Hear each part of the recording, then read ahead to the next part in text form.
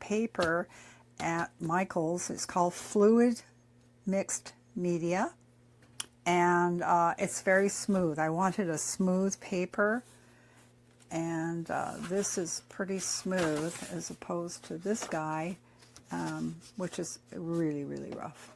And that's the regular cold press. So let's give this a whirl. So new paper, new colors, and let's have some fun. So I'm coming to you from my fifth wheel trailer right now.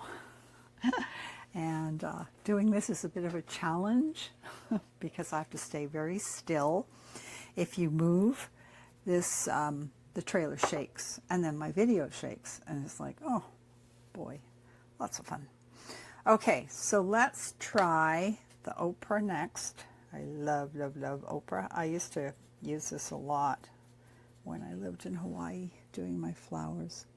So leave a space between your first circle and your second circle.